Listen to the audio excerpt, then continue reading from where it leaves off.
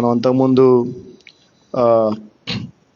Ukraine Russia యుద్ధం కూడా కొన్ని సంవత్సరాలుగా చూస్తూ ఉన్నాం. ఇప్పుడు మరి ఒక యుద్ధం ప్రారంభమైందంటే ప్రభు రాకడ చాలా సమీపంగా ఉంది.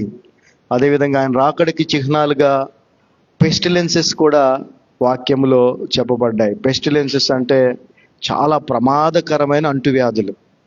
అలాంటిది కరోనా కూడా ఆల్రెడీ వచ్చింది, ఇంకా ఎన్నో వస్తాయి, రాబోతున్నాయి కూడా. అంటే ప్రభు చాలా త్వరగా రాబోతున్నాడు, దగ్గరలో ఉన్నాడని మనం చాలా జాగ్రత్తగా ఉండాలి. ఒక చిన్న ప్రార్థన చేద్దాం. తండ్రి, మీ కృపను బట్టి వందనాలు అయ్యా. మరి ప్రపంచ దేశాల్లో ఉన్నటువంటి మానవాళి అంతా కూడా నీ సృష్టే. అయితే ప్రభువా, ఏదైతే యుద్ధ వాతావరణం నెలకొని ఉందో ఆ దేశాల్లో, ఆ ప్రాంతాల్లో ప్రజలు ఏ విధంగా భయభ్రాంతులకు గురవుతూ అయా బాధలో వారి సొంత వారిని కోల్పోతూ, ఆస్తులు అన్నీ నష్టపోతూ, ఎప్పుడు ప్రాణం పోతుందో అనేటువంటి భయంలో ఉన్నారో వారి కొరకు ప్రార్థిస్తూ ఉన్నాం. మీ కృప ఉంటే సహాయం చేయండి ప్రభువా. అంతేకాదు అనేకమైనటువంటి ప్రమాదాలు, ప్రత్యేకంగా ఆంధ్రాలో జరిగినటువంటి క్రాకర్స్ మ్యానుఫ్యాక్చరింగ్ యూనిట్లో అగ్ని ప్రమాదం, 21 మంది మరి కాలిపోయారు ప్రభువా. వారి కుటుంబాలకి ఆదరణ కలిగజేయండి అయా. మమ్మల్ని అయితే మీరు ఆరోగ్యంగా సజీవంగా నీ సన్నిధిలో ఉన్న కృపనిచ్చారు, మీకు వందనాలు. మీ యొక్క చిత్తాన్ని మా జీవితాల్లో నెరవేర్చుకోమని యేసు నామమున ప్రార్థిస్తున్నాం తండ్రి, ఆమేన్. వాక్య భాగంలోనికి వెళదాం. తెస్సలోనికీయులకు రాసిన మొదటి పత్రిక 5వ అధ్యాయము 22 నుంచి మొదటి 22వ వచనాన్ని ధ్యానిద్దాం. 1 Thessalonians 5th chapter 22nd verse onwards we'll meditate, and first we'll try to understand 22nd verse. 22వ వచనాన్ని చదువుతున్నాను. Abstain from all appearance of evil. Abstain from all appearance of evil. చదవండి. ప్రతి విధమైన కీడునకును దూరముగా ఉండుడి. దూరముగా ఉండుడి. అబ్స్ట్రైన్ అంటే వేరుపరచుకోవటం, దూరంగా ఉండటం. అయితే ఇక్కడ తెలుగులో మనం చూస్తే వేరుగా ఉంది. ఇంగ్లీష్లో అపియరెన్స్ ఆఫ్ ఈవిల్ అంటే, ఇంకో మాటలో చెప్పండి, ఫార్మ్స్ ఆఫ్ ఈవిల్. అన్ని రకముల, అన్ని విధముల అని అర్థం వస్తుంది. ఈవిల్ అంటే కీడు మాత్రమే కాదు, చెడు. చెడు అంటే పాపం. అంటే పాపము, చెడు, కీడు అనేవి అనేక రకాలుగా ఉంటాయి. ఆ అన్ని రకముల కీడు నుంచి, పాపము నుంచి, లేదంటే ఆ చెడు నుంచి మీరు దూరముగా ఉండండి. మరి what are the forms of evil? ఈ చెడు, కీడు, పాపం అనేవి ఎన్ని రకాలుగా ఉంటుంది? ఏ రకాలుగా మనకి అది తారసపడుతూ ఉంటుంది, లేదంటే ఎదురు పడుతూ ఉంటుంది, మనల్ని ఏ విధంగా అది అట్రాక్ట్ చేస్తూ ఉంటుంది అని అంటే, బైబిల్ గ్రంథములో 3 ప్రాముఖ్యమైనటువంటి విషయాలు ఉన్నాయి. వాటిని ఈరోజు మనం తెలుసు. ఎందుకంటే మనం వాటికి దూరం, మనకు తెలియాలి కదా, ఏ రూపములో చెడు వస్తుందో, ఏ రూపములో పాపము పొంచి ఉంటుందో మనకి తెలిస్తే, ఓహో ఇది పాపము అనమాట, ఈ రూపం వేసుకొని వచ్చింది, ఈ గెటప్లో వచ్చిందని మనం అనుకోవచ్చు. తెలియకపోతే ఖచ్చితంగా మనం పడిపోతాం, మోసపోతాం. So let's see first what are the most used by Satan, the forms of evil మనం చూద్దాం. సాతానుడు ఎక్కువగా ఉపయోగించే పాపపు యొక్క రూపములు, లేదంటే చెడు, కీడు యొక్క ఆ రూపములను మనం చూస్తే, మొదటిది చెప్పండి అందరూ, మొదటిది అందరికీ తెలుసుండొచ్చు, కానీ దాన్ని ఇంకొక కోణంలో దేవుడు మనకు తెలియజేస్తున్నాడు. చెప్పండి ఏంటది? సాతానుడు ఏ రూపములో మనకు పాపాన్ని చూపించే ప్రయత్నం చేస్తాడు మనల్ని మోసం చేయటానికి? ఫార్మ్స్ ఆఫ్ ఈవిల్ చెప్పండి బ్రదర్. మనీ, ఓకే అమ్మా. Women, yes. ఎస్, మనందరికీ తెలుసు ఇప్పుడు వ్యభిచారము, నరహత్య, లేకపోతే మోసం చేయడం, ఎన్ని పాపాలే కదా, పాపాలు. But we're talking about the forms of evil. అవే పాపాలు అయితే రూపాలు మీరు చెప్పారు, దట్స్ రైట్, చాలా కరెక్ట్గా చెప్పారు. చాలా దగ్గరికి కూడా చెప్పారు. మనీ అండ్ ఉమెన్ అన్నారు, వెరీ నైస్. తెలుగులో కూడా ఒక సామెత ఉంది, ఏమనంటే ప్రతి సమస్యకు కారణాన్ని గనక మనం కనెక్ట్ చేసుకుంటా వెళ్తే దానికి రీజను కాంత కనకం అంటారు అనేవాళ్ళు పాతకాలంలో. అంటే స్త్రీ కానీ డబ్బు కానీ ఉంటుంది, కాంత కనకం, ఈ రెండే కారణం వల్ల ఉంటాయి ఏది రూట్స్కి వెళ్తే. అయితే బైబిల్ గ్రంథం ప్రకారం అయితే మొదటిది, first dangerous form of evil is, చెప్పండి, బ్యూటీ. చెప్పండి, బ్యూటీ. బ్యూటీ, అందం. ఏంటండి అది? Beauty. Beauty is the most common form of evil from which most of the people fallen into sin.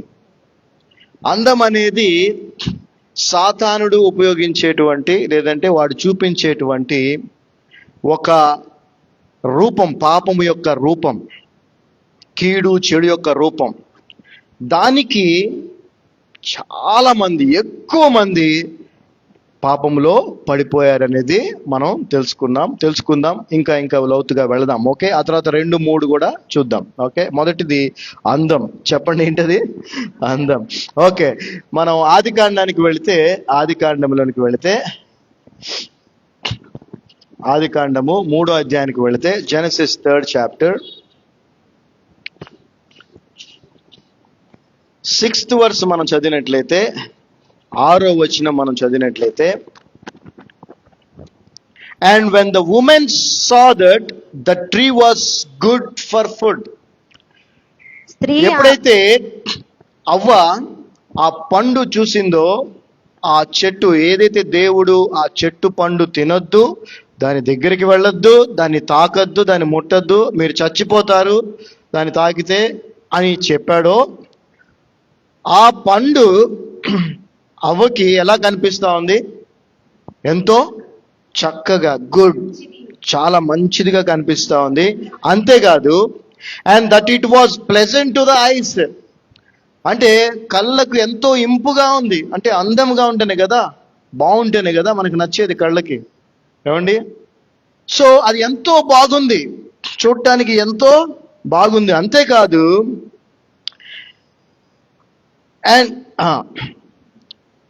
and a tree to be desired to make one wise. అది చూసిన ప్రతి ఒక్కరూ కోరుకునే విధంగా ఉందంట. అది ఆ పండు ఎలా ఉంది చెప్పండి?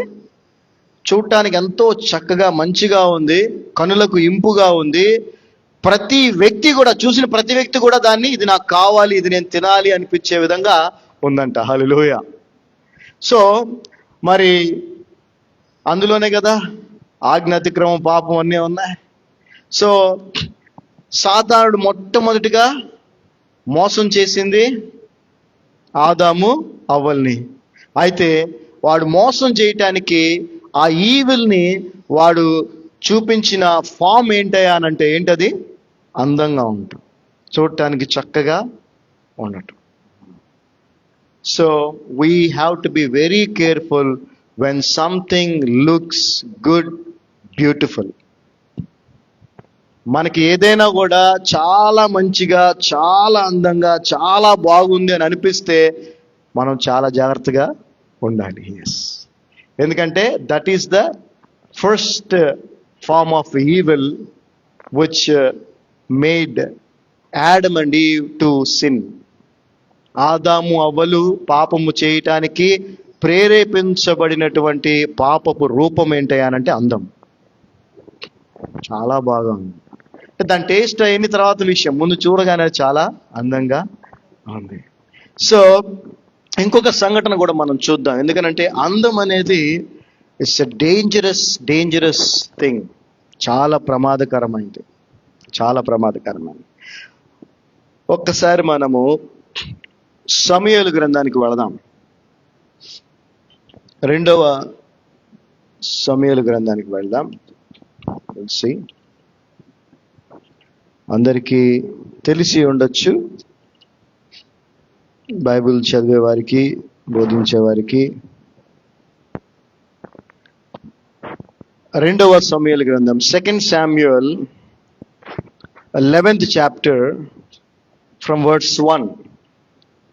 సమూయేలు గ్రంథము 2వ సమూయేలు గ్రంథము 11వ అధ్యాయము 1 నుంచి 4 వరకు చదువుకుందాం. And it came to pass after a year was expired, at that time when kings go forth to battle, that David sent Joab and his servants with him and all Israel, and they destroyed the children of Ammon and besieged Rabbah, but David tarried still in Jerusalem. చదవమ్మా. వసంత కాలమున రాజులు యుద్ధమునకు బయలుదేరు సమయమున దావీదు యోవాబును అతని వారిని ఇశ్రాయేలులందరినీ పంపగా వారు అమ్మోనీయులను సంహరించి రబ్బా పట్టణమును ముట్టడి వేసిరి. దావీదు రాజు అయిపోయాడు, ఇక యుద్ధాలు చేపిస్తున్నాడు, గెలుస్తా ఉన్నాడు. అయితే తను మాత్రం ఈసారి యుద్ధానికి వెళ్లకుండా తను జెరూసలేంలోనే ఉన్నాడు. 2వ వచనం. అయితే దావీదు యెరూషలేమునందు నిలిచెను. And it came to pass in an evening tide that David arose from off his bed and walked upon the roof of the king's house, and from the roof he saw a woman washing herself, and the woman was very beautiful to look upon. చదవమ్మా. ఒకానొక దినమున ప్రొద్దుగుంకు వేళ, ఇతను యుద్ధానికి వెళ్ళలేదు, ఇంట్లోనే ఉన్నాడు. సాయంకాలం అయిన సమయంలో దావీదు పడక మీద నుండి లేచి, దావీదు అప్పుడే బెడ్ మీద నుంచి లేచాడు.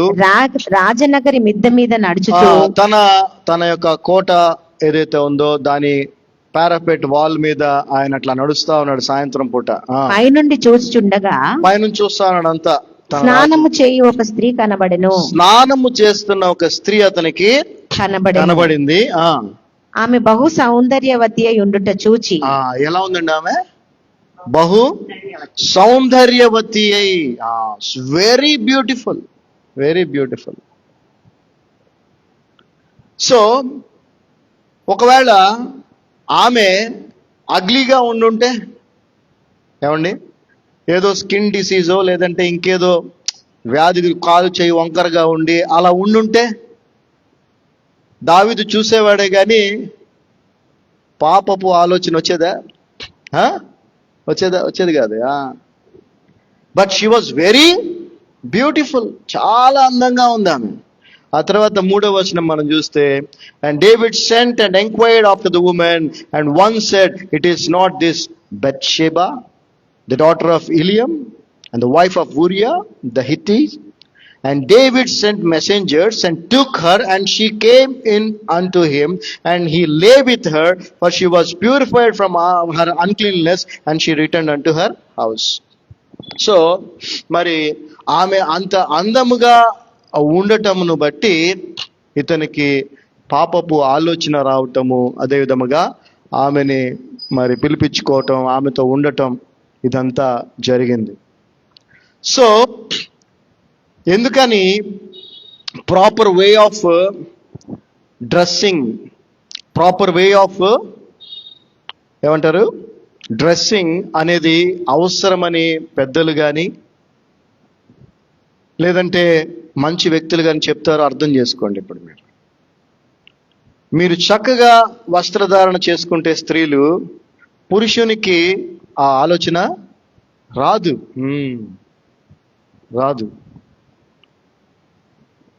అందుకే నేను చెప్తూ ఉంటాను, అందంగా ఉండటానికి మీరు అందంగా పుడితే, మొహం అంతా అందంగా ఉంటే అది మీ తప్పు కాదు, అందులో తప్పేం లేదు. ఆకర్షణీయంగా ఉండటం కూడా కరెక్ట్ కాదు, కానీ కొంతమంది ఆకర్షణీయంగా ఉండటానికి కూడా ప్రయత్నం చేస్తూ ఉంటారు. అశ్లీలంగా ఉండటం మాత్రం తప్పు. ఎస్, అందంగా ఉండొచ్చు, తప్పు లేదు. అందంగా ఉంటే చూస్తే ఆ మొహమే చూస్తారు కాబట్టి, అరే ఎంత చక్కగా, అంత క్యూట్గా ఉంది అని అనుకుంటారు అంతే. ఆకర్షణీయంగా ఉంటే వాళ్ళల్లో ఒక ఆలోచన వచ్చే అవకాశము ఉంటుంది. అశ్లీలంగా ఉంటే ఖచ్చితంగా చెడు ఆలోచన ఎదుటి వ్యక్తికి వస్తుంది. మరి ఎందుకో మరి ఈ రోజున పేరెంట్స్ ఎందుకు చెప్పట్లేదో పిల్లలకి, ఎందుకు అలా చేస్తున్నారో నాకు అర్థం కావట్లేదు. అది అందం అనుకుంటున్నారు. ఏమండి? అందం అనుకుంటున్నారు. ఆ పిల్లల్ని ఎట్లా అలౌ చేస్తున్నారు అలాంటి డ్రెస్సులు వేసుకోవడానికి అర్థం కావట్లేదు. మా శరీరం మా ఇష్టం అనేటువంటి పరిస్థితి ఉంది కదండి. కానీ that is wrong, that is wrong.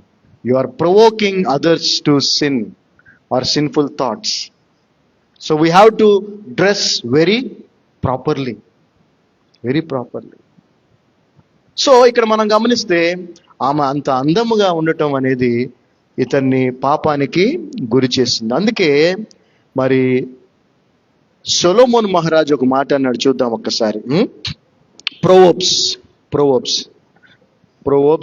31st chapter, సామెతల గ్రంథము 31వ అధ్యాయము 30వ వచనం, 30th verse. Favor is deceitful and the beauty is vain. ఇక్కడ మనం గమనిస్తే అందము మోసకరము, అందము ఏంటంటే ఇది మోసకరము, సౌందర్యము వ్యర్థము. అయితే అక్కడ సౌందర్యం వ్యర్థం అని ఉంది. బట్ ఇంగ్లీష్ లో మనం చూస్తే first favour is deceitful. Favour అంటే ఏంటి? మనకేదో మంచి చేయటమే కదా. మనకేదో మంచి చేస్తున్నారు అని అనుకున్నాం అనుకో ఒక వ్యక్తి, అది వాళ్ళు మనల్ని మోసం చేస్తున్నట్టని ఇక్కడ అర్థం. ఫేవర్ ఈజ్ డిసీట్ఫుల్ అంటే.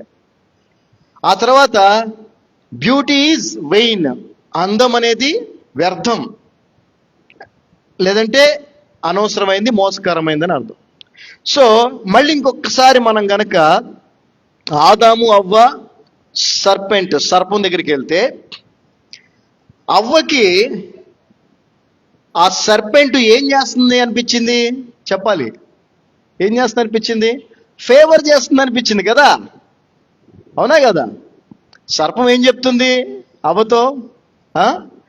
దేవుడు తినొద్దన్నాడా? మీరు అది తింటే మీరు దేవతలు అవుతారు, మీరు కూడా దేవుడిలాగా అయిపోతారు, మంచి చెడు అనేటువంటి గొప్ప జ్ఞానం మీకు వస్తుంది అని ఆ మాటలు విన్నప్పుడు అవ్వకి ఏమనిపించింది? అది ఏమనిపిస్తుంది? ఫేవర్. కానీ అదేంటది? ఫేవర్ అనేది ఏంటది? యాక్చువల్గా ఫేవర్ ఈజ్ డిసీట్ఫుల్, మోసం. సో చాలా జాగ్రత్తగా ఉండాలి. ఎవరన్నా మనకి ఏదన్నా ఊరకనే ఫేవర్ చేస్తున్నారు అనుకోండి, మనం తీసుకోవటానికి చాలా జాగ్రత్త పడాలి. ఎందుకనంటే ఫేవర్ ఈజ్ డిసీట్ఫుల్. ఈ రోజుల్లో అయితే ఎవడు ఊరక ఏది చేస్తాడండి? ఎవరన్నా ఊరకనా? చేయరు. అందులో ఏదో వాడికి ఉంటుంది. అఫ్ కోర్స్ కొంతమంది ఉంటారు ఖచ్చితంగా దేవుని మార్గంలో ఉండేవాళ్ళు, వాళ్ళు చేస్తూ ఉంటారు. కానీ అట్లాంటి వాళ్ళకి కూడా ఇప్పుడున్న జనరేషన్ కానీ సిచ్యువేషన్స్ ఇబ్బందికరంగా మారిపోయాయి. సో అందము వ్యర్థము, మోసకరమైంది, మోసం చేస్తుంది అందం. అండ్ ఫేవర్ కూడా డిసీట్ఫుల్. మనకి మంచి అని అనుకుంటారు.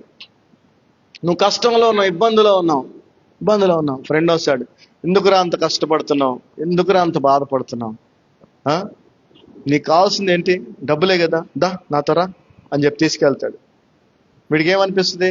మరి వాడు నాకు ఫేవర్ చేస్తాడు. ఏముందిరా, ఇదిగో ఈ ప్యాకెట్ ఉంది చూడు, ఇది తీసుకెళ్ళు, అక్కడ ఇచ్చేసి రాపో, నీకు 5,000 ఇస్తా అంటాడు. వాడు నాకు సహాయం చేస్తున్నాడు కదా అని అనిపిస్తుంది కదా.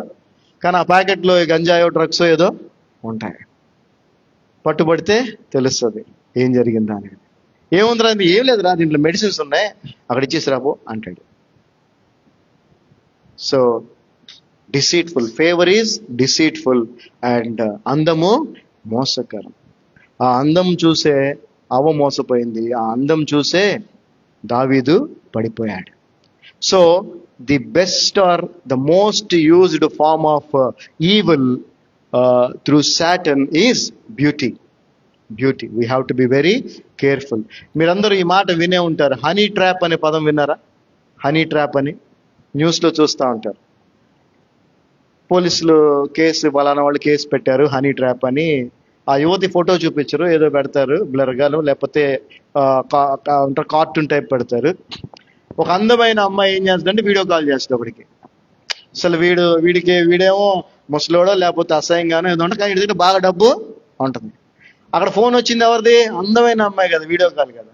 వీడియో కాల్ అంటే రియల్గా లైవ్లో అక్కడ అమ్మాయి ఉంది. ఓహో భలే ఉంది కదా అని చెప్పేసి వీడు కంటిన్యూ అయిపోతాడు. నెమ్మదిగా వీడి డబ్బులన్నీ లాగేస్తారు. సో అందం అనేది మోసం చేయటానికి ఒక పెద్ద ఆయుధం. బైబిల్లో కూడా అదే జరిగింది. అండ్ రెండవది మొదటిది ఏంటంటే ఫస్ట్ చెప్పండి. ఫస్ట్ది అందం. Evil form of evil is beauty. So we should not attracted to the beauty, outer beauty or anything which attracts. మనకు ఆకర్షణీయంగా అందంగా కనిపించే ప్రతి దాని విషయంలో మనం ఎలా ఉండాలి? చాలా జాగ్రత్తగా ఉండాలి. అందంగా ఉంది, బ్యూటిఫుల్గా ఉంది అని అనుకున్నావా ఇబ్బంది పడతాం. And at the same time the second thing is, రెండవది చెప్పండి, చెప్పేయాలి ఇప్పుడు. డబ్బులు. ఇంకా ఏమండి సార్? ఫేవరిజం. ఓకే, అది మనం ఆల్రెడీ దీంట్లో కవర్ చేసుకున్నాం, అది చూపించాడు. సో ఫస్ట్ ఏంటంటే అందం కాదు. ఇంకా సాటన్, నీ ఆశ అనేది నీకు కలిగేది. సాతానుడు నీకు చూపించే ఫామ్, నిన్ను పాపంలోకి తీసుకెళ్ళడానికి వాడు ఉపయోగించే రూపం, పాపానికి ఇంకో రూపాన్ని వాడు చూపిస్తాడు. ఒకటి అందము, రెండోది చెప్పండి అబద్ధం. అనండి, చెప్పండి అబద్ధం. ఏంటది? Lie is the second form of evil, most dangerous form of evil, one of the most dangerous form of evil which so many people are most of the people fall into. అంతే కదండి, అవునా? సరే, ఇప్పుడు కూడా మళ్ళీ అవ్వ దగ్గరికి వెళ్దాం. ఆదాం అవ్వ దగ్గరికి వెళ్దాం. అక్కడ వాడు అందంగా ఉండేదాన్ని చూపించాడు. అంతేకాదు, మనం ముందు చూస్తే మాటల్లో చూడండి ఒకసారి, 3వ అధ్యాయము, ఆదికాండం 3వ అధ్యాయము 1 నుంచి మనం చదువుకున్నట్లయితే, Now the serpent was more subtle than any beast of the field which the Lord God had made, and he said unto the woman, Yea, hath God said, Ye shall not eat of every tree of the garden?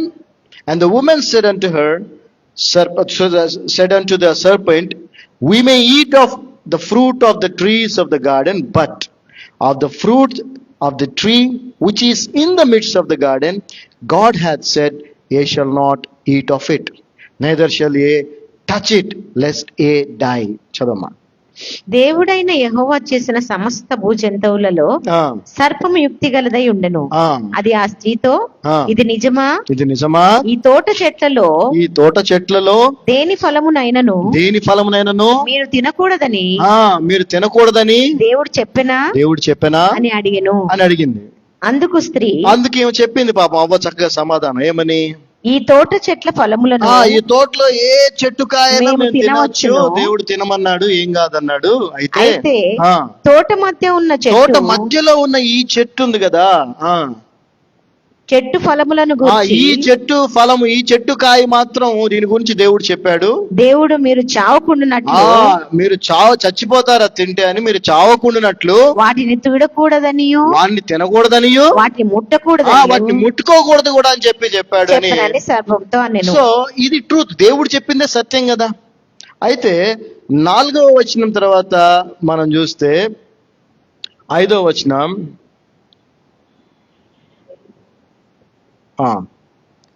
and 4వ వచనం నుంచి, and the serpent said unto the woman, Ye shall not surely die. అందుకు సర్పము, మీరు చావరు. చూసారా, అబద్ధం కదా ఇది. సో దేవుడు సత్యము చెప్పాడు, అది తింటే చచ్చిపోతారు, తినొద్దు అని. సాతానుడు ఏం చెప్తున్నాడు? మీరు చావనే. లై, అబద్ధం. ఈ రోజున ఎక్కువ మంది మోసపోవడానికి కారణం ఏంటి చెప్పండి? అబద్ధమే కదా. ఏ రకంగా మోసపోవటమైనా కానీ, అవునా? ఏది, ఒక రిలేషన్షిప్లో మోసపోవటానికి కూడా అవతల వ్యక్తి అబద్ధమే చెప్తేనే మోసపోతారు. ఆ తర్వాత డబ్బులు మీకు ఎక్కువ వస్తాయి, ఇంట్రెస్ట్లు ఎక్కువ ఇస్తాం ఇదని చెప్పి అబద్ధం చెప్తేనే డబ్బులు మోసం. అంటే మోసము జరిగేది 99.9% దేని ద్వారా జరుగుతుంది? అబద్ధం. సో సాతానుడు ఉపయోగించే రూపాలు మనల్ని పాపములో పడివేయటానికి, మనల్ని దేవుని మార్గము నుంచి దూరం చేయటానికి వాడు ఉపయోగించే రూపాల్లో మొదటిది అందమైతే రెండవది అబద్ధం. కానీ ఏమవుతుందంటే ఈ రోజున ఎక్కువ మంది అబద్ధాన్ని ఇష్టపడుతున్నారు. నమ్మటం కాదు, ఇష్టపడుతున్నారు. ఎందుకనంటే నిజము కంటే అబద్ధము చాలా అందంగా ఉంటుంది. అవునా కదా? మీరు చెప్పండి. అబద్ధం చాలా అందంగా ఉంటుంది. అందంగా ఉన్నదంతా కూడా అబద్ధం. ఇప్పుడు అర్థమవుతుందా? మనకి లోకంలో చాలా కనిపిస్తూ ఉంటాయి అందమైనవి కదా, సరే నేచర్ కానీ ఇదంతా అబద్ధమే, శాశ్వతమైన కాదు. అసలైన శాశ్వతమైనది వేరేది ఉంది. అందము అబద్ధం, అబద్ధమైనది కూడా అందంగా ఉంటుంది. సో ఇప్పుడు రెండవ ఫార్మ్ ఆఫ్ ఈవిల్ ఏంటి అని అంటే అబద్ధం. దీన్ని మళ్ళీ ఇంకొకసారి మనం ఇంట్రెస్ట్ చేసుకుంటూ దీన్ని మనం రూఢిపరచుకునే ప్రయత్నం చేద్దాం. మత్తయి సువార్తకి వెళ్తే చాలా చక్కటి మాటలు యేసు ప్రభు వారు తను కొండ మీద ప్రసంగములో ఆయన చెప్పారు. 5, 6, 7 అధ్యాయాలు ఆయన కొండ మీద చేసిన ప్రసంగము, జీవిత సత్యాలన్నీ అందులో ఆయన చెప్పారు ఆల్మోస్ట్. కాబట్టి అందులో ఆయన చెప్పిన ఒక విషయాన్ని మనం జాగ్రత్తగా గమనిద్దాం. ఇక్కడ అందము, అబద్ధం ఈ రెండు. ఓకే,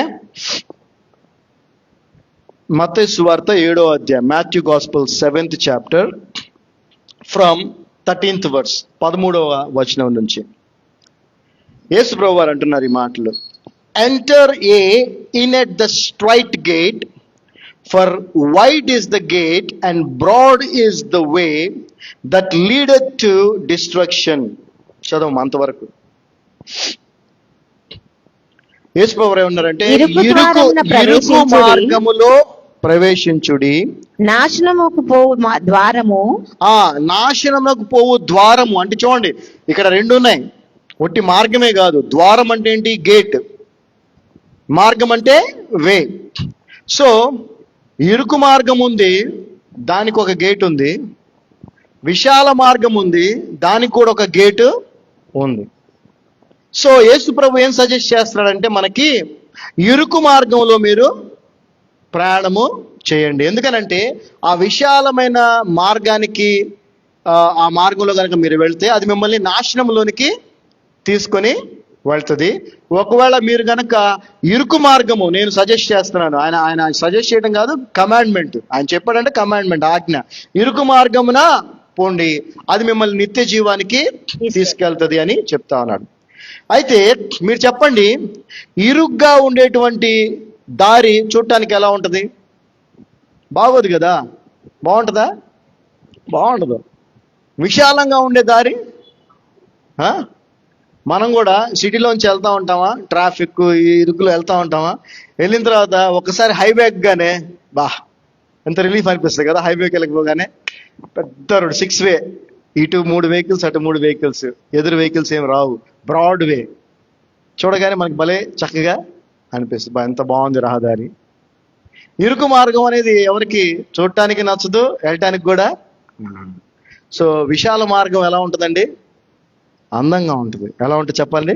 అందంగా ఉంటుంది. ఇరుకు మార్గం అందంగా ఉండదు, ఆకర్షణీయంగా అసలే ఉండదు. వదిలేందుకు లేరా బాబు, ఇటే వెళ్దాంపా, కాస్త లేట్ అయినా ఫ్రీ రూట్లోనే వెళ్దాంరా అని అనిపిస్తుంది. అయితే ఇక్కడ అబద్ధం ఏముందో తెలుసా? ఇరుకు, విశాలం మార్గాలు చూడటానికి ఇది బాగాలేదు, ఇది బాగుంది. ఇక్కడ అబద్ధం ఏముందో తెలుసా? ఈ రెండిటికి గేట్లు ఉన్నాయా? ఈ రెండు గేట్ల మీద కూడా హెవెన్ అనే రాసి ఉంటుంది, వే టు హెవెన్ అనే. అర్థమవుతుందా? మీకు జాగ్రత్తగా అర్థం చేసుకోండి. ఇప్పుడు ఇరుకు మార్గం ఏదైతే యేసు ప్రభు చూపించాడో, క్రీస్తు బోధతో చెప్పిన మార్గం, యేసుక్రీస్తు నేనే మార్గము, సత్యము, జీవము, నా ద్వారా తప్ప ఎవరు తండ్రి వద్దకు రాలేడన్నాడు కదా. అదేంటది? ఇరుకు మార్గం పరలోక రాజ్యానికి. ఈ విశాల మార్గాన్ని బోధించేటువంటి, అంటే విశాల మార్గము లాంటి అసత్య బోధలు, అబద్ధపు బోధలు, నువ్వు ఏ పాపం చేసినా పర్లేదు, నువ్వు ఎలా చేసినా పర్లేదు, దేవుడు నువ్వు చేసిన పాపాలు, చేసినవి, చేస్తున్నవి, చేయబోతున్న పాపాలు కూడా క్షమించేశాడు, ఈ టైపులో చెప్తా ఉన్నారు చూసారా, డెవిల్స్ డాక్ట్రిన్, దయ్యముల బోధ. వాళ్ళు మా వేలో, వాళ్ళు చూపించిన మార్గంలో వెళ్తే నరకానికి వెళ్తారని చెప్తున్నారు వాళ్ళు కాదు. వాళ్ళు కూడా ఏం చెప్తున్నారు?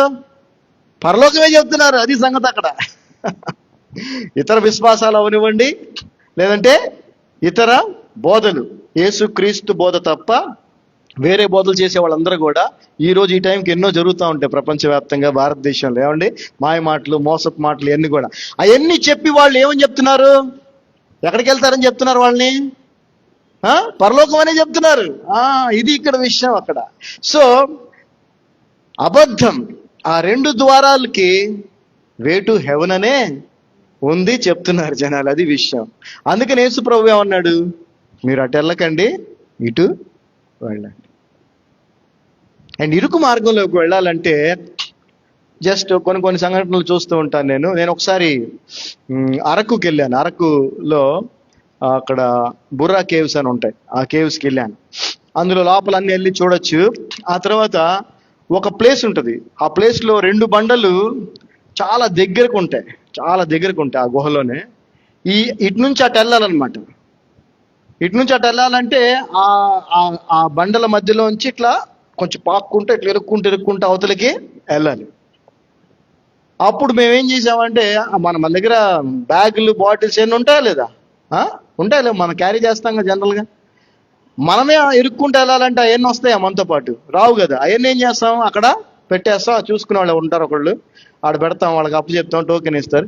మనం దాంట్లోంచి అటు వెళ్ళి అవతలకి వెళ్తే మళ్ళీ ఇంకా మనతో ఓపెన్ ఉంటుంది. మళ్ళీ ఆ తర్వాత అలాగే మళ్ళీ వెనక్కి రావాలి.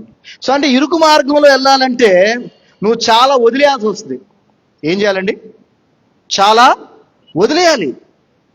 యేసు ప్రభు చూపించిన మార్గంలో నువ్వు వెళ్ళాలి అంటే ఈ లోక సంబంధమైనటువంటివి చాలా నువ్వు విడిచిపెట్టాలి.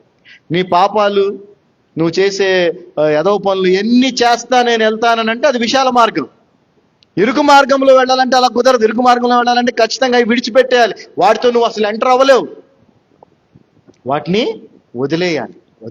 సో ఈ రోజున అలా వదిలేయటానికి చాలా మంది ఇష్టపడట్లేదు. కాబట్టి అవి వదిలేయకపోయినా పర్లేదు, అవి చేసుకుంటూ వాటి మీద వ్యామోహంతో ఉంటూ, ధనాపేక్షతో ఉంటూ, ధనాపేక్ష విగ్రహారాధన అని బైబిల్ చెప్తున్నా కూడా దేవుడు నిన్ను లక్షల కోట్లు ఇచ్చి నాలాగా బెంచ్ కారు ఇస్తాడని ఈ సేవకుడు చెప్తున్నాడు. ధనాపేక్ష విగ్రహారాధనని ఏం చెప్తుంది? వాక్యం చెప్తా ఉంది. కొలసీలకు రాసిన పత్రిక 3వ అధ్యాయం 5వ వచనం చెప్తా ఉంది. మార్టిఫై అంటుంది, వాటిని చంపేయండి ఆశల్ని అంటుంది దేవుని వాక్యము. కానీ వీళ్ళందరూ ఏం చెప్తున్నారు? లేదు, ఏం పర్లేదు, మీకు దేవుడు ఇంకా ఇస్తాడు, అది ఇస్తాడు, ఇది ఇస్తాడు అని చెప్పి మాయ మాటలు చెప్తా అన్నారు. కానీ అవన్నీ కూడా ఏంటంటే అవన్నీ అబద్ధాలు. ఏంటవి? అబద్ధాలు. కానీ అబద్ధాలు చాలా అందంగా ఉంటాయి కదా. కానీ ఇక్కడ అటువంటి పరిస్థితి లేదు. ఇక్కడ ఖచ్చితంగా ఇక్కడ చెప్పబడేది ఏంటంటే దేవుడు మన అక్కర్ల అవసరతలు తీరుస్తాడు అంతే. ఏం తీరుస్తాడండి? అక్కరలు, అవసరతలు. అంటే ఏది లేకపోతే మనం ఉండలేమో, ఏది లేకపోతే మనం బ్రతకలేమో అవన్నీ కూడా ఆయన మనకి ఇస్తాడు. ఆహారం ఇస్తాడు, వస్త్రాలు ఇస్తాడు, ఉండటానికి షెల్టర్ ఇస్తాడు. నీకు ఎప్పుడు ఏ అవసరం, అంతేగాని గొంతెమ్మ కోరికలు ఆయన తీర్చాడు. గుర్తుపెట్టుకోండి. సో ఇది సత్యము. కానీ ఇది నచ్చుద్దా? అందరికీ నచ్చదు. ఏది నచ్చుద్ది? దేవుడు నీకు అన్నీ ఇస్తాడు. నాకు ఇచ్చాడు, నీకు ఇస్తాడు. ఎందుకంటే వీడు మోసం చేసి వీడు బెంచ్ కార్లో తిరుగుతున్నాడు. అంతకుముందు చెప్పులు వేసుకొని తిరిగేవాడు నడుచుకుంటూ రోడ్డు మీద. ఏమండి? బైబిల్ సంకలో పెట్టుకొని. ఈ రోజున ఏం చేస్తున్నాడు? బెంచ్ కార్లో తిరుగుతున్నాడు. ఎక్కడి నుంచి వచ్చినాయి అని అంటే జనాన్ని మోసం చేసే కదా, జనాన్ని మోసం చేసే. సో దయచేసి అర్థం చేసుకోండి, సాతానుడు మనల్ని మోసం చేసేటువంటి మార్గాలు లేదంటే రూపాలు ఏవయా అంటే, ఒకటి అందము, రెండవది అబద్ధం. మూడోది కూడా తెలుసుకోవాలందా? మూడోది చెప్పండి. మూడవది గెస్ చేయండి. ఇంక ఇప్పుడు గెస్. సరే, ఈ వాక్య భాగం చదివితే మీకు తెలిసిపోద్ది. ఈ వాక్య భాగం చదువుతాను, తర్వాత చదువుతాను. దీంట్లోనే ఉంది అది కూడా. ఓకే, 13వ వచనం చదివాం, 14 చదివాం కదా. 13, 14 మళ్ళీ ఇంకోసారి చదువుతున్నాను. దీంట్లోనే 3వది ఉండి మీరు జాగ్రత్తగా ట్రై చేయండి. రైట్, మీరు కనిపెట్టగలరు, మీరు చాలా తెలివిగలవారు, I know. Enter ye in the strait gate, for wide is the gate and broad is the way that leadeth to destruction, and many there be which go in thereat. Because straight is the gate and narrow is the way which leadeth unto life, and few there be that find it. ఇరుకు ద్వారమున ప్రవేశించుడి, నాశనమునకు పోవు ద్వారము వెడల్పును, ఆ దారి విశాలమునై ఉన్నది, దాని ద్వారా ప్రవేశించు వారు అనేకులు. జీవమునకు పోవు ద్వారము ఇరుకును, ఆ దారి సంకుచితమునై ఉన్నది, దాని కొనుగొను వారు కొందరే. ఏమైనా అర్థమైందా? ఇందులో 3వది ఉంది ఒకటి ఇందులో. Yeah, very good, very good. Claps కొట్టాలి డయానా కొరకు. మెనీ, అందరూ. మొదటిది ఏంటండి? అందం. 2వది అబద్ధం. 3వది అందరూ, అంటే ఎక్కువ మంది. అంటే అందరు వెళ్తున్నారంటే అక్కడేదో సాతానుడు మోసం చేసేది ఇదొక రూపం, పెద్ద రూపం ఇది. ఇక్కడ పెద్ద ఎక్కువ మంది లేరంటే ఇక్కడ అంత పెద్ద అంతమంది వెళ్తున్నారు అక్కడ అంటే అక్కడేదో ఉంది. That is the third form of evil. Third form of evil. అవునా కదండి? అవునా? సో మీరు గుర్తుపెట్టుకోండి, ఎంతమంది ఒప్పుకున్న అబద్ధమే, అసత్యము అసత్యమే. ఎంతమంది ఒప్పుకున్నా ఒప్పుకోకపోయినా నువ్వు ఒక్కడివే సత్యాన్ని పట్టుకొని నిలబడిన సత్యము సత్యమే. సో 3వ ఫార్మ్ ఆఫ్ ఈవిల్ ఏంటంటే, 3వ రూపం ఏంటంటే ఎక్కువ మంది, నెంబర్ ఆఫ్ పీపుల్. న్యాచురల్ గా ప్రతి మనిషికి వచ్చేటువంటి ఆలోచన అదే. ఈవెన్ టిఫిన్ చేద్దామని మీరు బయటికి వెళ్తారు, మేము వెళ్తాం బయటికి, లైన్గా టిఫిన్ బండ్లు ఉంటాయి. ఏమండి, ఎక్కడ అవుతారు చెప్పండి మీరు? ఏ బండి దగ్గర ఎక్కువ రష్ ఉందో. ఒకవేళ నిజంగా అక్కడ వాడు మోసం చేస్తున్నా ఏం చేస్తున్నా అది మనకు అనవసరం. అదంతా అసలు యువతలో మంచి క్వాలిటీతో పెడుతున్నాడు, ఇదంతా మనకు అనవసరం. మనం ఏం చూస్తాం? ఎక్కువ మంది ఎక్కడ జనం రష్, అరే ఇక్కడ. Be careful. సో మనం 3 విషయాల్లో చాలా జాగ్రత్తగా ఉండాలి. 3 విషయాలకి దూరంగా ఉండమంటున్నాడు దేవుడు. Abstain yourself from the appearance of evil, all appearance of evil, all forms of evil. అందులో 3 ముఖ్యమైన మనం ఈరోజు ఇప్పుడు విన్నాం. వీటికి గనక మనం దూరంగా ఉండగలిగితే, if we can abstain from the forms of evil which are mostly beauty, lie and many or majority people, వీటి నుంచి కనుక మనం దూరంగా ఉండగలిగితే we can be with God and the process of sanctification begins from there. జాగ్రత్తగా వినండి. ఎప్పుడైతే సమస్త విధములైనటువంటి రూపములు, కీడుకి చెడుకి పాపానికి ఉన్న రూపములు ఉన్నాయో వాటి నుంచి మనము దూరముగా ఉంటామో, అప్పుడు మన జీవితములో మన జీవితాన్ని దేవుడు పవిత్రపరచటము, పరిశుద్ధపరచటం అనేటువంటి ప్రాసెస్ స్టార్ట్ అవుతుంది. గుర్తుపెట్టుకోండి, నేను చెప్తున్న మాట కాదు. ఇప్పుడు మనము Thessalonians 5th chapter, the main topic లోకి ఇప్పుడు వస్తున్నాం. ఓకే, అఫ్ కోర్స్ ఇది కూడా మెయిన్ టాపిక్కే, ఇప్పుడు దాకా చెప్పింది కూడా it's related to this. Thessalonians 5th chapter 22nd verse చదివాం కదా. Abstain from all appearance of evil, abstain from all forms of evil. వాటి నుంచి మనం దూరంగా ఉన్నప్పుడు 23వ వచనం, and is a conjunction which connects the 2 sentences. So ఆ 2 వేరు కాదు, 2 ఒకటే అనమాట, continuation. And the very God of peace. మన దేవుడు ఎవరండి? God of peace. మరలా చెప్తా ఉన్నాను, ఇంకోసారి చెప్తాను. మీ హృదయంలో మీరు ఎవరన్నా అవ్వండి, నేను బిషప్నో పోపునో ఇంకోటో ఏమన్నా చెప్పుకోను, నీ హృదయంలో శాంతి సమాధానం లేకపోతే నీ జీవితంలో దేవుడు లేడు. ఎందుకనంటే మన దేవుడు హీస్ గాడ్ ఆఫ్ పీస్. అదే యెషయా 9:6 మనం చూసినట్లయితే అక్కడ ఆయన నామము ప్రిన్స్ ఆఫ్ పీస్ గా చెప్పబడింది. తెలుగులో రెండిటిని సమాధానకర్తగానే రాశారు, కానీ గాడ్ ఆఫ్ పీస్ అంటే సమాధానానికి దేవుడు, ప్రిన్స్ ఆఫ్ పీస్ అంటే సమాధానానికి ఆయన యువరాజు దేవుడు. ఆ సమాధానానికి దేవుడైనటువంటి దేవుడు నీ జీవితంలో ఉంటే నీకు సమాధానం ఎందుకు ఉండదు? ఎందుకు లేదనంటే you are not abstained from all forms of evil. ఇంకో ఉదాహరణ చెప్తాను. ఆల్ ఫార్మ్స్ అంటే ఇప్పుడు ఆల్కహాల్ ఉంది, ఆల్కహాల్ తీసుకోవటం అనేది ఆరోగ్యానికి మంచిది కాదనుకుందాం ఫర్ ఎగ్జాంపుల్, లేదంటే పాపం అనుకుందాం. ఆల్కహాల్ డైరెక్ట్గా తీసుకున్నా ఆల్కహాల్ తీసుకున్నట్టే ఏమండి, దాని థమ్సప్లో కోకోకోలలో కలిపి తాగినా కూడా ఆల్కహాల్ తీసుకున్నట్టే, దాన్ని సోడాతో వాటర్తో తీసుకున్నా ఆల్కహాల్ తీసుకున్నట్టే, కొబ్బరి నీళ్ళతో కలిపి తీసుకున్నా ఆల్కహాల్ తీసుకున్నట్టే. అవునా కదా? నువ్వు ఏ ఫామ్లో తీసుకున్నా కూడా నువ్వేం తీసుకుంటున్నావు? ఫామ్ మారుతుంది అంతే. కొంతమంది మహానుభావులు ఇన్వెన్షన్స్ ఎన్నో చేస్తుంటారు తెలుసా?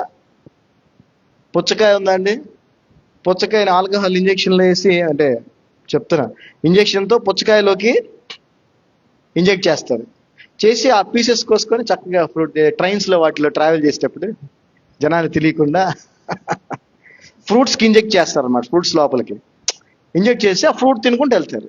చూసేవాడికి ఏమనిపిస్తూ ఉంటుంది? అట్ ద సేమ్ టైం చెడు చెడే, పాపము పాపమే. అది ఏ రూపములో నిన్ను ఎవరు ఏ విధంగా ప్రోత్సహించినా కూడా దానికి నువ్వు దూరంగానే ఉండాలి. అది ఏ విధంగా చేసినా పాపమే, ఎక్కడ చేసినా పాపమే. నేను చాలా మందిని కలుస్తూ ఉంటాను కదా, వాళ్ళందరికి ఒకటే ఒకటి చెప్తాను. మీకు కూడా ఎన్నోసార్లు చెప్పాను, అదొక్కటి మీరు చేయగలిగితే, అదొక్కటి మీరు అర్థం చేసుకొని ఫాలో చేయగలిగితే మీరు ఆ ప్రతి కీడు నుంచి, పాపం నుంచి దూరంగా ఉండగలుగుతారు. అదేంటంటే ఉర్దూ షాయరీ ఎప్పుడు చెప్తా ఉంటాను, మరలా చెప్తున్నా, సందర్భం వచ్చింది. ఒక తాగుబోతు వచ్చి ఒక పాస్టర్ గారినో లేదంటే పూజారినో లేదంటే ఒక మసీదులో నమాజ్ చదివించే ఇమామునో అడుగుతాడు, ఏమనంటే, హే సాహెబ్ ముజే పీనేదే మసీద్ మే. పాస్టర్ గారు నేను చర్చిలో కూర్చొని నాకు కొంచెం తాగేసి వెళ్ళిపోతానండి అంటే నేను ఒప్పుకుంటానా? పూజారి గారిని అడిగితే గుడిలో కాసేపు తాగి వెళ్ళిపోతాను, ఒప్పుకోడా? అప్పుడు ఆ పూజారి కానీ పాస్టర్ కానీ ఇమాం గానే ఉంటాడు, మస్జిద్ మే పీనా గునా హై, గుడిలో తాగటం పాపం రా, చర్చిలో తాగడం పాపం రా అంటాడు కదా. అప్పుడు ఆ తాగుబోతు అడుగుతాడు, అగర్ మస్జిద్ మే పీనా గునా హై తో ఇస్ జగహ బతా జహా ఖుదా నా హో. అంటే ఒకవేళ అయ్యా సరే చర్చిలో తాగడం పాపం కదా, సరే పాస్టర్ గారు, సరే దేవుడు లేని ప్లేస్ ఏదో చెప్పండి, అక్కడికి వెళ్ళి తాగుతా, చెప్పగలవా? అంటే మనం ఏం చేస్తున్నామంటే ఒక ప్రదేశాన్ని, కొంత ప్రదేశాన్ని అదొక దేవాలయంగా, అక్కడే దేవుడు ఉన్నాడు అనేటువంటి ఒక మైండ్ సెట్తో ఉన్నాం. అది పోవాలి ఫస్ట్. దేవుడు సర్వాంతర్యామి, ఆయన ఎక్కడైనా ఉన్నాడు. అంటే నువ్వు చర్చిలో, గుడిలో, మసీదులో ఏదైతే చేయకూడదో అవి ఎక్కడ చేసినా పాపాలే, ఎందుకంటే అక్కడ కూడా దేవుడు ఉన్నాడు. ఇది లేదండి మనుషుల్లో, ఈ ఆలోచన లేదు. చెప్పినా విందరూ, అర్థం చేసుకోరు. ఆ గుడికి వెళ్ళినప్పుడు మాత్రం చక్కగా స్నానం చేసి ఫ్రెష్గా రెడీ అయ్యి అనుకుంటా, క్రిస్టియన్స్ ఏమో అనుకుంటా, ముస్లిమ్స్ ఏమో టోపీ పెట్టుకొని మంచిగా బయటికి రాగానే. సో పాపము ఎక్కడ చేసినా పాపమే, పాపము ఏ రూపంలో చేసినా పాపమే, తప్పు ఏ రూపంలో చేసినా తప్పే, అది తప్పే. మనోళ్ళు చెప్తారు కదా, తెలుగులో సామెత ఉంది, ఏమనండి, 1000 అబద్ధాలు ఆడైనా చెప్పాలి ఎంత మోసం, బైబిల్కి ఎంత వ్యతిరేకమైన మాట అండి అది. 1000 అబద్ధాలైనా ఒక పెళ్లి చేయాలా అంటే అబద్ధంతో ఇల్లు కట్టబడిద్దండి. వాడు దరిద్రుడు ఎదవా, కానీ వాడికి పెళ్లి చేయాలని చెప్పి వాడు చాలా మంచివాడు, వాడికి ఏం అలవాట్లేదు, అబద్ధం చెప్పి పెళ్లి చేస్తే సరిపోద్దా? తప్పండి, నిజం చెప్పాలి ఏదైనా. సో దయచేసి అందుకే లోకానికను వాక్యానికి క్వైట్ ఆపోజిట్, కుదరదు, పొంతిక లేదు. అందుకే లోక మర్యాదను అనుసరించొద్దు అని బైబిల్ చెప్తాం. సరే, కమింగ్ టు ద పాయింట్, ఇక్కడ 23వ వచనంకి వస్తే, the very God of piece sanctify you wholly. ఎప్పుడైతే నువ్వు అన్య రూపముల్లో నిన్ను పడేయాలని ప్రయత్నం చేసేటువంటి పాపము, చెడు, కీడుకి దూరంగా ఉంటావో, అప్పుడు సమాధానానికి దేవుడైన, సమాధానకర్త అయిన దేవుడంట నిన్ను పరిశుద్ధపరుస్తాడంట కంప్లీట్గా. The process of sanctification. ఇవన్నీ చాలా లోతైనటువంటి సబ్జెక్ట్స్ అండి. పాస్టర్ గారు ఇప్పటికే అంటూ ఉంటారు, నువ్వు చాలా డీప్గా చెప్తా ఉన్నావు. నేనేమంటానంటే దేవుడు ఇచ్చినవి చెప్పాలి, నేను చెప్పడానికి దాచుకోవడానికి కాదు. సో ఆన్లైన్లో కూడా ఎంతోమంది చూస్తున్నారు, వింటున్నారు, పెద్ద పెద్ద పాస్టర్స్ కూడా వింటున్నారు, వాళ్ళందరూ కూడా అప్రిషియేట్ చేస్తున్నారు. So I'm so happy to share. So sanctification అనేది అదొక పెద్ద ప్రాసెస్, అది ఇట్స్ అ ప్రాసెస్. సో అది దేవుడు చేస్తాడు, మనల్ని పరిశుద్ధపరుస్తాడు, మనల్ని పవిత్రపరుస్తాడు. ఎలా పరిశుద్ధపరుస్తాడు అంటే హోల్లీ, కంప్లీట్గా. ఎట్లా, దేన్ని పవిత్రపరుస్తాడు, దేన్ని పరిశుద్ధపరుస్తాడు అంటే whole spirit, whole soul and whole body. మన యొక్క చదవము, తెలుగులో చదవండి ఒకసారి. ఇప్పుడు సమాధానకర్తయగు దేవుడు మిమ్మును సంపూర్ణముగా పరిశుద్ధపరచునుగాక. పరిశుద్ధపరచబడు ఆత్మయు, చూడండి, మన ఆత్మయు, జీవమును శరీరమును మన ప్రభు అయిన యేసుక్రీస్తు రాకడి యందు. చాలు, మొక్కని షాపండి. సో యేసు ప్రభు నమ్మిన తర్వాత, రక్షకుడిగా అంగీకరించిన తర్వాత మనము ఆయన బిడ్డలము, ఆయన కుటుంబ సభ్యులం అయిపోతాం. మన పాపములన్నీ కూడా కడగబడతాయి, దేవుని నీతి మనకు ఆపాదించబడుతుంది. అయితే పరిశుద్ధపరచబడటం అనేటువంటిది, శాంక్టిఫికేషన్ అనేది, it's a life time process. అది మనం జీవితాంతం వరకు జరిగేటువంటి ఒక ప్రాసెస్ అన్నమాట. మన యొక్క ఆత్మను, జీవమును, శరీరమును ఆయన ఏం చేస్తాడు? పరిశుద్ధపరుస్తాడంట. అందుకే బైబిల్లో పరిశుద్ధత గురించి చాలా చక్కగా చెప్పారు, ఎన్నోసార్లు చెప్పబడింది, కానీ ఆ పరిశుద్ధత గురించి ఎవరు మాట్లాడరు. మీరు పరిశుద్ధులుగా ఉండుటకే పిలువబడ్డారని వాక్యం చెప్తారు. ఆయన పరిశుద్ధుడు కనుక మీరు కూడా పరిశుద్ధులుగా ఉండండి అని అనేక చోట్ల పరిశుద్ధత గురించి చెప్పాడు. పరిశుద్ధత లేకుండా మనం దేవుణ్ణి చూడలేమని కూడా బైబిల్ చెప్తాం. సో ఇక్కడ మనం ఎప్పుడైతే ఆల్ ఫార్మ్స్ ఆఫ్ ఈవిల్ నుంచి దూరంగా ఉంటామో, when we abstain ourselves from all forms of evil, we will obtain the sanctification process of God in our lives. మనం ఎప్పుడైతే అన్ని రూపముల్లో ఉన్నటువంటి పాపమునకు దూరముగా ఉంటామో, అప్పుడు మనము సమాధానకర్త అయినటువంటి దేవుని చేత పరిశుద్ధపరచబడటం ప్రారంభమవుతుంది. అంతేకాదు, ఆయన మనల్ని పరిశుద్ధపరుస్తాడు.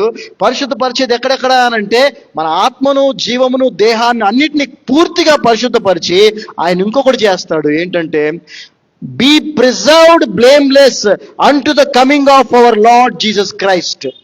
నిందారహితముగాను సంపూర్ణముగాను. చూడండి, నిందారహితముగా అంటే మనలో ఇంకా ఏ పాపము, ఏ దోషము లేనట్లుగా అంతగా మనల్ని ఆయన పరిశుద్ధపరిచి సంపూర్ణంగా, పూర్తిగా, కంప్లీట్ గా, from head to toe, body, soul, spirit అన్నిటిని కూడా ఆయన పరిశుద్ధపరిచి సంపూర్ణముగాను ఉండునట్లు కాపాడును గాక.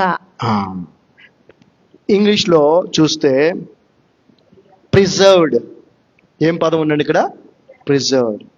ప్రిజర్వ్ అనే పదానికి తెలుగులో అర్థం ఏంటండి? దాచిపెట్టమంటే హైడింగ్ అంటారు. ప్రిజర్వింగ్ అంటే రెఫ్రిజరేటింగ్.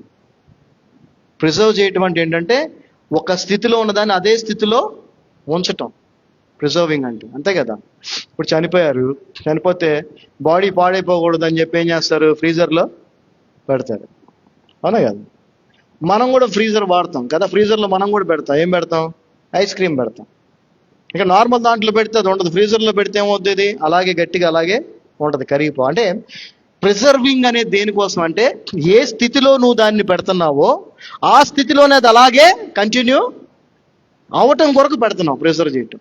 అయితే మనం ఎప్పుడైతే సమస్త రూపములైనటువంటి పాపాలకి, కీడులకు, చెడులకు దూరంగా ఉంటామో, వాటిని విడిచిపెడతామో, అప్పుడు దేవుడు మనల్ని పరిశుద్ధపరుస్తాడు పూర్తిగా. మన ఆత్మను, జీవమును, అదేవిధంగా మన శరీరాన్ని కూడా పవిత్రపరిచి, దాంట్లో ఏ నింద, ఏ ఇబ్బంది లేకుండా దాన్ని ప్యూర్గా చేసి, అప్పుడు ఏం చేస్తాడంటే ఆయన ప్రిజర్వ్ చేస్తాడంట. అంటే అది ఇంకా అలాగే ఆ స్టేట్లోనే మనం ఉండేలాగా ప్రిజర్వ్ చేస్తాడంట. ఎప్పటి వరకు? యేసు ప్రభువు రాకడ వరకు. హల్లెలూయా. ఇది జరిగితే అంతకంటే ఏం కావాలి మనకి? హ్యాపీ కదా, అవునా? మీరు కూడా ఇప్పుడు బయట నుంచి వెజిటబుల్స్ అవి కొనుక్కొస్తారండి కదా. కొనుక్కురాగానే పాస్టర్ గారు ఏం చేస్తారంటే కూర్చుంటారు, ఇక అన్ని పెట్టుకొని కూర్చుంటారు. కూర్చొని ఏం చేస్తారు? ఫస్ట్ కడగటం, ఆకుకూరలు అయితే కడగటం, ఎన్ని తీసేస్తారు. ఆ తర్వాత ఉండకుండా అన్ని కొమ్మలన్నీ ఆకులు మాత్రమే తీస్తారు. అంటే ఏం చేస్తున్నారు? దాన్ని క్లీన్ చేస్తున్నారు, పవిత్రపరుచుకొని మంచిగా, మంచి ఫ్రెష్గా చేస్తున్నారు.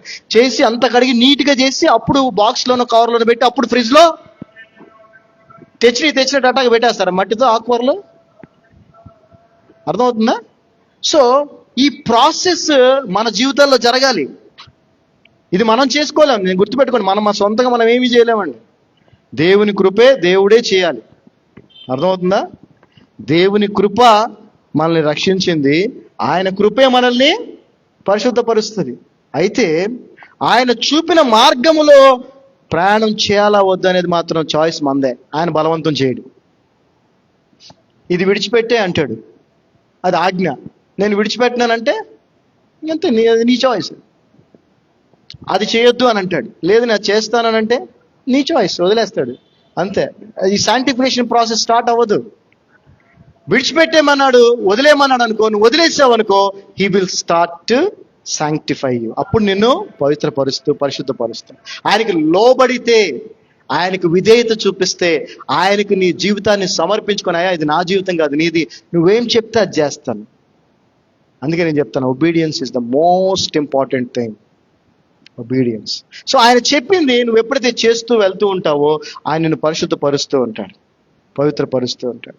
పవిత్రపరిచి, పరిశుద్ధపరిచి ఆయన నిన్ను ప్రిజర్వ్ చేస్తాడంట. హల్లెలూయా. ప్రిజర్వ్ చేస్తాడంట. సో మనం ఎలాగైతే రిఫ్రిజిరేటర్లో ఏ ఐటమ్ ఎలా పెట్టామో అదే స్టేట్లో ఉంటుందా, లేదా మళ్ళీ ఎంతకాలం తర్వాత తీసిన అదే స్టేట్లో ఉంటుంది.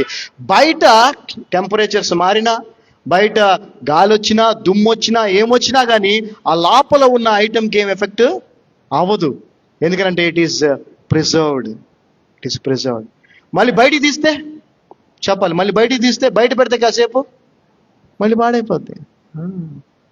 అయితే మరి ఎలాగ యేసు ప్రభు ఆయన నమ్మిన వ్యక్తుల్ని, కొంతమంది ఆ ఫ్యూ పీపుల్ ఎవరైతే ఆ ఇరుకు మార్గంలో వెళ్ళడానికి, అన్ని విడిచిపెట్టడానికి, ఆయన చెప్పిన ప్రతిదానికి విధేయత చూపించడానికి ఇష్టపడుతున్నారో, వారిని ఎలా ప్రిజర్వ్ చేస్తాడు? ఆయన రాక ఇక్కడ వచ్చేంత వరకు ఎలాగా, ఎందులో పెడతాడు ఆయన?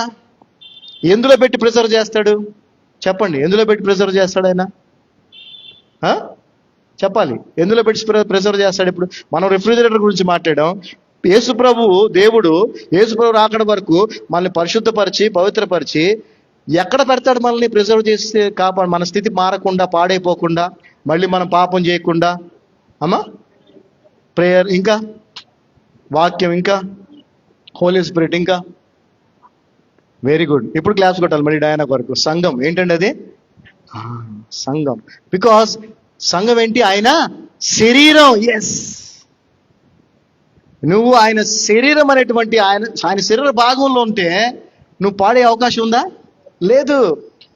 ఇప్పుడు నా శరీరమే ఉంది, ఇది ఆరోగ్యవంతమైన శరీరము, దేవుని శరీరం అనుకుందాం.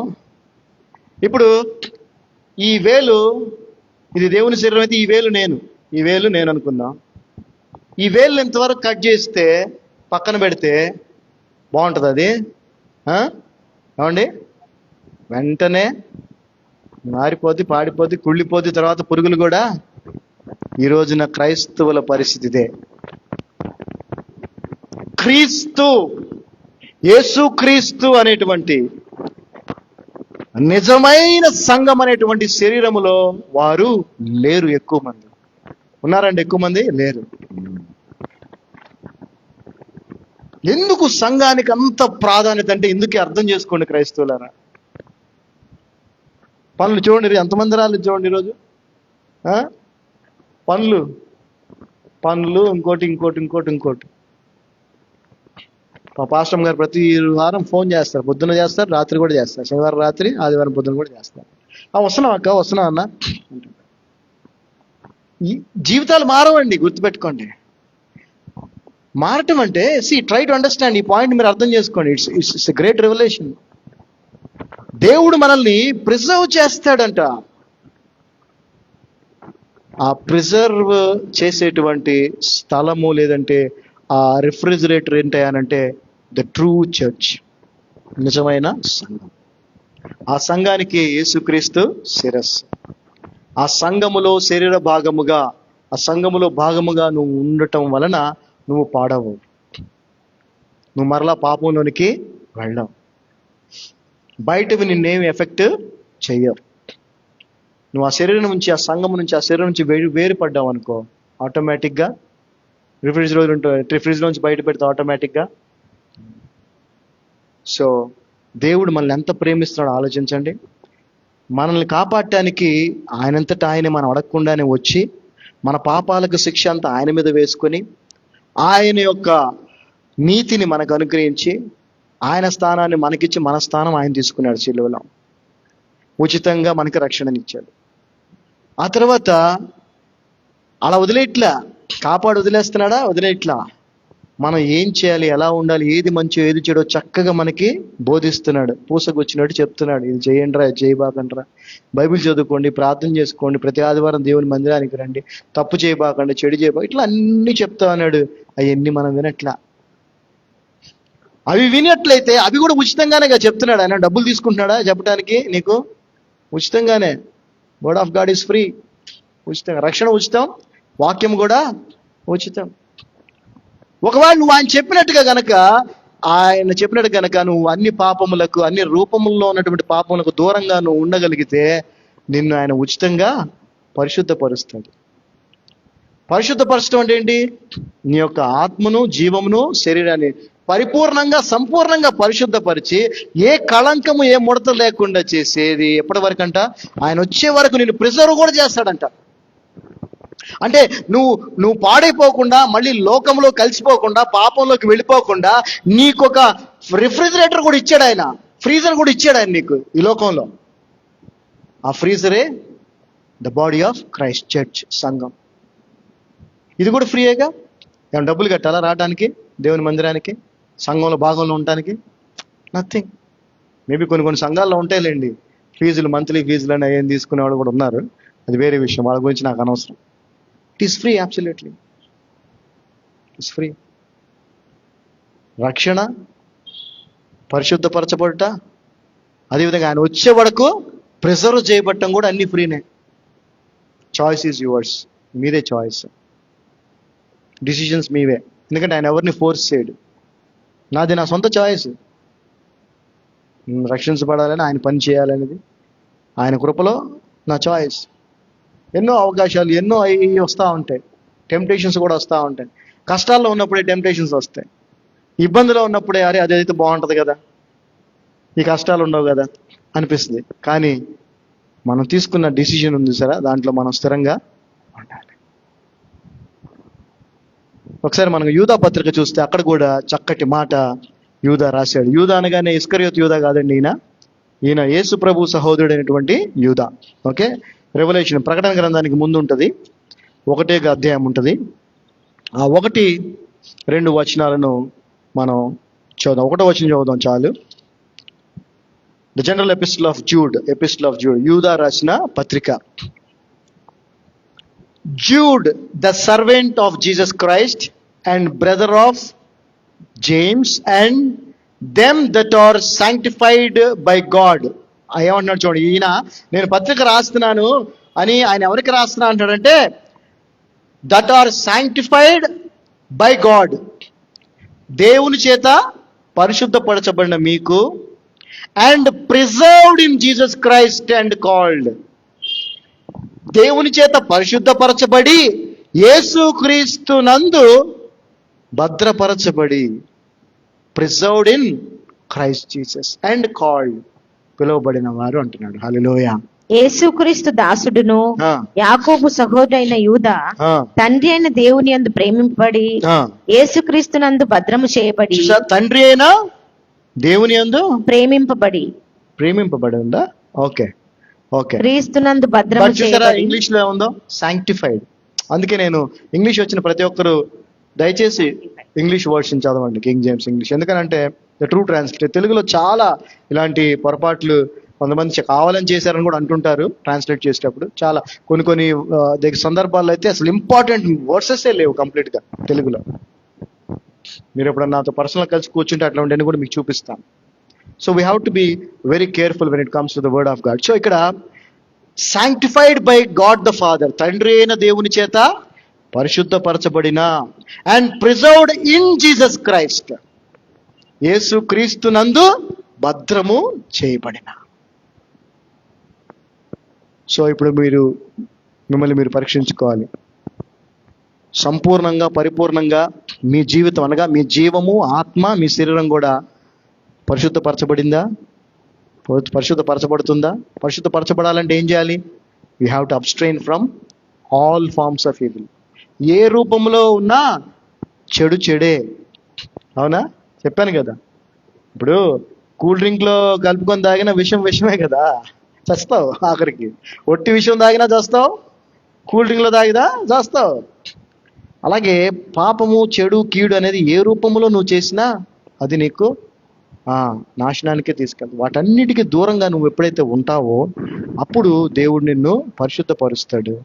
అంతేకాదు క్రీస్తులో అంటే క్రీస్తు ఎక్కడున్నాడు? ఇక్కడ ఆయన సంఘమే క్రీస్తు. హల్లెలూయా. శరీరమే క్రీస్తు. సో ఐ అర్జ్ ఎవ్రీవన్, అందరికీ చెప్తున్నాను, అందము చూసి మోసపోకండి, అబద్ధాల వల్ల మోసపోకండి, అందరూ వెళ్తున్నారు కదా అని మోసపోకండి, అందరూ చేస్తున్నారు కదా అని కూడా చేయకండి. మనం చాలా చెయ్యం ఇక్కడ, తెలుసు కదండి మీ అందరికీ, రెగ్యులర్గా వచ్చే వాళ్ళకి. ఆచారబద్ధమైనవి, మనుషులు సృష్టించినవి, బైబిల్లో లేనివి ఏవి కూడా ఇక్కడ చెయ్యం. అందరూ చేస్తున్నారు కదా అని అందరూ చేస్తూ ఉంటారు. ఇక్కడ చేయట్లేదు ఎందుకులే, వీళ్ళు ఎవరో డిఫరెంట్గా ఉన్నారు మళ్ళీ అనుకుంటున్నారు అందరూ. But this is the truth. Hallelujah. గుర్తుపెట్టుకోండి, ఇది నిజం, ఇది సత్యం, ఇది సత్యం. It may be very few. బైబిల్లోనే యేసుప్రభు దాన్ని కనుగొనే వారు కొందరే అన్నాడు కదా. ఆ కొందరిలో మనం ఉన్నందుకు దేవునికి స్తోత్రం. హల్లెలూయా. సో అందము చూసి మోసపోవద్దు, అబద్ధం ద్వారా మోసపోవద్దు, అందరూ వెళ్తున్నారు కదా అని మోసపోవద్దు. ఈ 3 ఫార్మ్సే కాదు, ఇంకెన్నో ఫార్మ్స్ ఉంటాయి, కానీ ఈ 3 మేజర్ ఫార్మ్స్ ఆఫ్ ఈవిల్. కాబట్టి be careful and abstain from all kinds of evil, all forms of evil, and be sanctified by God and preserved in Lord Jesus Christ till his coming. Amen, amen, amen. Hallelujah. దేవుని స్తోత్రం, దేవుని స్తోత్రం. And ఇంకొక మాట ముఖ్యమైన చెప్పాలి, ఆయన piece of God, లేదంటే గాడ్ ఆఫ్ పీస్ అని మనం చెప్తాం కదా. సో మన జీవితాల్లో నేను ఎప్పుడు చెప్తుంటాను, rejoicing in the lord is the true identity. Rejoicing in the lord always is the true identity of a true Christian అంటాను. ఎల్లప్పుడూ ప్రభువునందు ఆనందించటమే నిజమైన క్రైస్తవుని యొక్క నిజమైన గుర్తింపు అని చెప్తూ ఉంటాను. అంటే ఎప్పుడూ సంతోషంగా, ఆనందంగా, దేన్ని బట్టి? ప్రభువుని బట్టి, ప్రభువునందు ఆనందించటమే. అదేవిధంగా శాంతి, సమాధానము ఎల్లప్పుడూ కలిగి ఉండటమే నిజమైన క్రైస్తవుని యొక్క గుర్తింపు. నువ్వు సమాధానకర్త, సమాధానానికి దేవుడైన, సమాధానానికి యువరాజు అయినటువంటి prince of piece, God of piece అనేటువంటి దేవుడు నీ జీవితంలో, నీ హృదయంలో ఉంటే నీ హృదయంలో ఏముంటుంది మరి? అప్పుడు గందరగోళం ఉంటుందా? చింత ఉంటుందా? భయం ఉంటుందా? ఏముంటుంది? సమాధానమే ఉంటుంది. ఆయన లేకపోతే అది ఉండదు. అందుకే కొలస్సీ 3:15 చూస్తే చూడండి, అక్కడ చక్కటి మాట రాసింది. ఇది చూసుకొని మనం ముగించుకుందాం. ఓకే, కొలస్సీ, let the peace of God rule your hearts. చదవమా. క్రీస్తు అనుగ్రహించు సమాధానము, క్రీస్తు అనుగ్రహించు సమాధానము మీ హృదయములలో ఏలుచుండనీయుడి. మన హృదయాల్ని ఏలుబడి ఏం చేయాలంట? మన హృదయాన్ని ఏం వేలాలి? చింతల, వరీసా, భయాల, సమాధానం. Peace of God. Let the peace of God rule your hearts. Peace is the true identity of a true Christians. Peace ఉంటే జాయ్ ఆటోమేటిక్గా ఉంటుంది. పీస్ ఎందుకని అదే ఇంపార్టెంట్ అని చెప్తున్నానంటే, నేను చెప్పాను పునరుద్ధారుడైనటువంటి యేసు ప్రభువే క్రీస్తు కదా. పునరుద్ధారుడైన యేసు క్రీస్తు అంటే మరణాన్ని జయించి తిరిగి లేచినటువంటి యేసు క్రీస్తు. ఇంటికి వెళ్ళిన తర్వాత చూసుకోండి, యోహాను సువార్త 20వ అధ్యాయము 19వ వచనం చూస్తే, మొట్టమొదటిగా ఆయన శిష్యులకు కనిపిస్తాడు. కనిపించినప్పుడు పునరుద్ధారుడైన యేసు క్రీస్తు ప్రభు పలికిన మొట్టమొదటి మాట ఏంటో తెలుసా? Peace be unto you. మీకు సమాధానము కలుగునుగాక. ఆయన ఈ లోకంలో పరిచర్య చేసినప్పుడు ఆయన ఎప్పుడు ఆ మాటని వాడలేదు. సమాధానం గురించి చెప్పాడు, దేవుని రాజ్యం గురించి ఆయన ఎక్కువ సువార్త ప్రకటించాడు, కానీ మీకు సమాధానము కలుగునుగాక అని ఎప్పుడు దీని గురించి కూడా వాక్యం ఇక్కడ మనం చెప్పడం జరిగింది. షాలోమ్ అల్ ఎకమ్. మన వాళ్ళు అంటారు కదా సలాం అలైకుం అంటే, సలాం అలైకుం కాదు, అది షాలోమ్ అల్ ఎకమ్. షాలోమ్ అల్ ఎకమ్ అంటే పీస్ బీ అంటు యూ. యేసు ప్రభు వారు పలికిన మొదటి మాట అదే. ఆ తర్వాత రెండోసారి మళ్ళీ తోమా లేనప్పుడు కలుస్తాడు, తోమా ఉన్నప్పుడు మళ్ళీ కలుస్తాడు. 20వ అధ్యాయం 19 చెప్పాను కదా. 21వ వచనంలో తోమా ఉన్నప్పుడు మళ్ళీ శిష్యుల దగ్గరికి వచ్చినప్పుడు అప్పుడు కూడా ఫస్ట్ ఆయన అన్నయ్య మాట ఏంటి తెలుసా? పీస్ బీ అంటు యూ, మీకు సమాధానము కలుగునుగాక. అదే అధ్యాయంలో మళ్ళీ 26వ వచనంలో చూస్తే మళ్ళీ కలిసినప్పుడు అప్పుడు కూడా మళ్ళీ మొదట ఆయన పలికిన మాట ఏంటంటే పీస్ బీ అంటు యూ, మీకు సమాధానము. అంటే పునరుద్ధారుడైన క్రీస్తుని కలిగి ఉన్న మనలో ఉండాల్సింది ఏంటి? సమాధానం. అది ఈ రోజున క్రైస్తవులుగా చెప్పబడేటువంటి 99% మందిలో అది లేదు. ఎందుకంటే they are not in the truth, they are not obeying the truth, they are not in the true church, true body of Christ. ఎందుకంటే వారు సత్యములో లేరు, నిజమైన క్రీస్తు సంఘములో లేరు, క్రీస్తు బోధలో నిలిచి లేరు. So let's all be thankful to God that we are among the few and we are blessed by the doctrine of Christ. దేవునికి మనం ఎంతో కృతజ్ఞత తెలియజేయాలి. క్రీస్తు బోధలో మనం ఉంచాడు, ఆ కొద్ది మందిలో మనం కూడా ఉన్నాం. హల్లెలూయా. సో మోసకరమైన చెప్పండి ఏంటి? మోసం చేసే అందం, అబద్ధం, అందరు. అది అదేవిధంగా ఆ వాటి నుంచి మనం కనుక దూరంగా ఉండగలిగితే దేవుడు మనల్ని 3 విషయాల్లో పరిపూర్ణం చేస్తాడు, పవిత్రపరుస్తాడు, పరిశుద్ధపరుస్తాడు. ఏంటది? ఆత్మ, జీవము, శరీరం. ఈ మూడింటిని సంపూర్ణంగా ఆయన పరిశుద్ధపరిచి భద్రపరుస్తాడు కూడా ఆయన రాకడ వరకు. Hallelujah. So in the church body of Christ only you are preserved. బయటకు వెళ్తే శరీరం నుంచి దూరం అయిపోతే it is universal body of Christ. Amen. అందరు లేచి నిలబడితే చిన్న ప్రార్థన చేసుకుందాం. మన అవసరాలు, అక్కర్లు ఖచ్చితంగా ప్రభు తీరుస్తాడండి. మనం అడగకుండానే ఆయన తన ప్రియ కుమారుడిని పంపించాడు, తండ్రి అయిన దేవుడు. మనం అడగకుండానే ఆయన మరి మన కొరకు సిలువలో బలి అయిపోయాడు. అటువంటిది మనం అడిగితే చేయడా? ఖచ్చితంగా చేస్తాం. కాబట్టి మన అవసరాలు, అక్కర్లు, మన పరిస్థితులు మార్చడం ఎన్ని జరుగుతాయి ఆటోమేటిక్గా కాదు. మనము ఆయన చేత పరిశుద్ధపరచబడి ఆయనలో భద్రపరచబడాలి ఆయన రాకడ వరకు. అప్పుడు మనం ఈ లోకము, ఏ పాపము, ఏది కూడా మనల్ని ఏమీ చేయలేదు. తండ్రి, మీ కృపను బట్టి వందనాలు. ఈ మధ్యాహ్న సమయంలో మీ పాదాల సన్నిధికి వస్తూ ఉన్నాం. వాక్యం ద్వారా మాతో మాట్లాడి అయ్యా, మరి ఫార్మ్స్ ఆఫ్ ఈవిల్, సాతానుడి యొక్క పాపంని చేపించేటువంటి, పాపంను ప్రేరేపించే రూపాలని మాకు తెలియజేశారు. వాటికి మేము దూరంగా ఉండమని మాకు ఆజ్ఞాపించారు. మీకు వందనాలు. అది ఏ రూపంలో ఉన్నా పాపమే, ఏ రూపంలో ఉన్నా అది చెడే, ఏ రూపంలో ఉన్నా అది కీడే. కాబట్టి వాటికి దూరంగా ఉండి మీ చేత పవిత్రపరచబడి, పరిశుద్ధపరచబడి, పరిపూర్ణముగా మా యొక్క జీవము, ఆత్మ, శరీరము పరిపూర్ణముగా, సంపూర్ణముగా పరిశుద్ధపరచబడి, యేసుక్రీస్తు ప్రభువులో భద్రపరచబడి, ఆయన రాకడ వరకు అదే ఆత్మీయ స్థితిలో బ్లేమ్లెస్గా ఉండే కృపను మాకు అనుగ్రహించమని యేసు నామమున ప్రార్థిస్తున్నాం తండ్రి. Amen. Amen. Amen. God blessed us. We are all blessed. We are all blessed. Amen.